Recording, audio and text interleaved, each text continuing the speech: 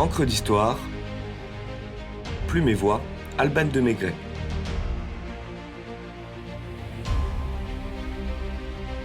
Bonpland et Humboldt, naturalistes à l'assaut des Amériques.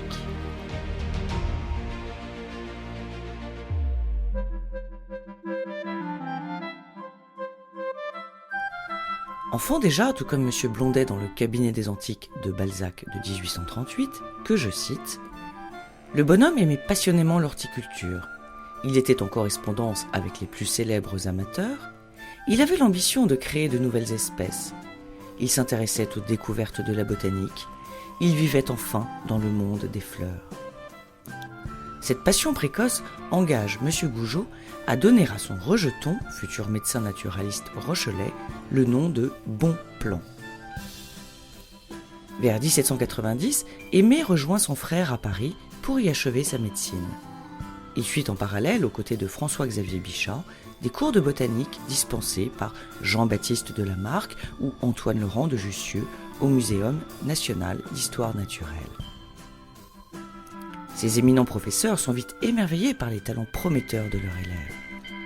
Focus sur les formidables aventures d'Aimé Jacques-Alexandre Gougeot, dit Bonpland, et son maître devenu son alter ego. Un jour d'avril 1798, Aimé croise l'homme qui va donner un tournant décisif à sa destinée, en la personne du baron prussien Alexandre de Humboldt, déjà admis comme naturaliste émérite.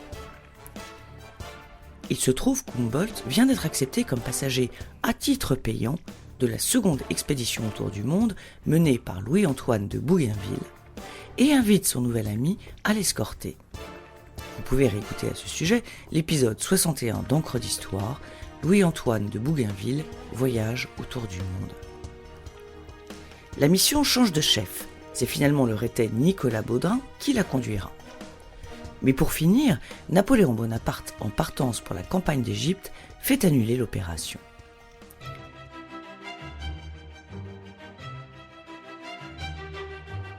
Qu'à cela ne tienne, Humboldt propose à son acolyte de financer leur voyage et de rattraper l'équipe scientifique qui accompagne le premier consul en Égypte.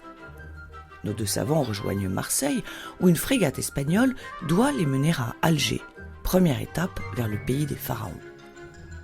2 mois passent, et les aventuriers découvrent que l'Algérie interdit aux Européens l'entrée sur son territoire. Qu'à cela ne tienne, on rejoindra l'Espagne à pied. Barcelone, Valence, Alicante, et toujours aucun bateau pour l'Orient. Madrid alors, où les relations du Prussien permettent aux 2 savants d'obtenir un visa royal pour l'ensemble des colonies d'Amérique du Sud. Qu'à cela ne tienne, peu importe la destination pour les 2 compères qui partagent la même soif de découverte. Pour des raisons diplomatiques, Bonpland passe pour le secrétaire de son mentor et précise « Mon véritable et unique but est d'étudier comme toutes les forces naturelles sont entrelacées, l'influence de la nature inanimée sur le monde animal et végétal vivant. » Commencent ainsi 5 années d'aventure à Cuba, en Colombie, en Équateur, au Pérou, au Mexique, au Venezuela, où les 2 globetrotters intrépides herborisent en haut de forme et bottes de cuir au cœur de la forêt amazonienne. Affrontent une nature hostile, sympathisent avec des singes arrogants, fendent des nuées de moustiques, bravent des tornades tropicales, remontent des rivières gorgées de piranhas et de crocodiles, côtoient boas et jaguars, se font attaquer par des corsaires, battent le record mondial d'escalade, 6310 mètres. Il y a du Bouvard et Pécuchet dans ces 2-là, mais contrairement aux héros flaubertiens, leur jusqu'au-boutisme et leur talent les mènent au succès. Ils inventent la phytogéographie, ils récoltent graines et plantes, découvrent, relèvent, décrivent, classent pas moins de 60 000 échantillons, dont 6 000 nouvelles espèces, le tout détaillé en une 30aine de volumes.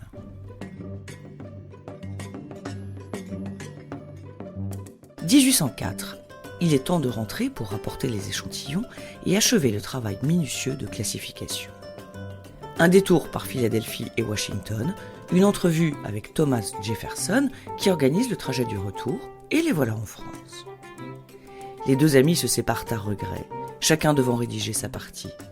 Géographie, zoologie et astronomie pour le prussien, botanique pour le français. En 1808, Bonpland est nommé botaniste et intendant général des domaines de la Malmaison. Il transforme la résidence de l'ex-impératrice Joséphine, qui partage son élan pour les plantes rares, en un paradis vert.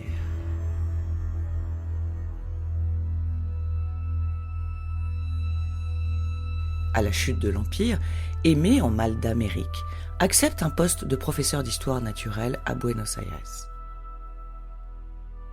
Mais davantage homme de terrain que théoricien, il préfère s'installer dans une ferme et poursuivre ses explorations botaniques.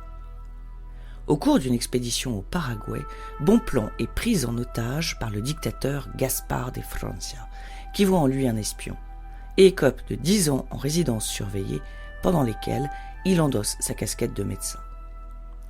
Il meurt en Argentine en 1858, à l'âge de 84 ans, après avoir découvert le secret de la germination du yerba maté, qu'il rebaptise Ilex humboldtiana, en hommage, je cite, au meilleur et au plus illustre des amis, Alexandre de Humboldt, qu'il n'aura jamais revu. Les deux grands scientifiques et hommes se font face pourtant et pour toujours au Vénézuélien, qui leur a fait l'honneur de baptiser ses plus hauts sommets de leur nom. Le pic Bonpland, 4890 mètres, se trouve à quelques encablures seulement du pic Humboldt, 4995 mètres.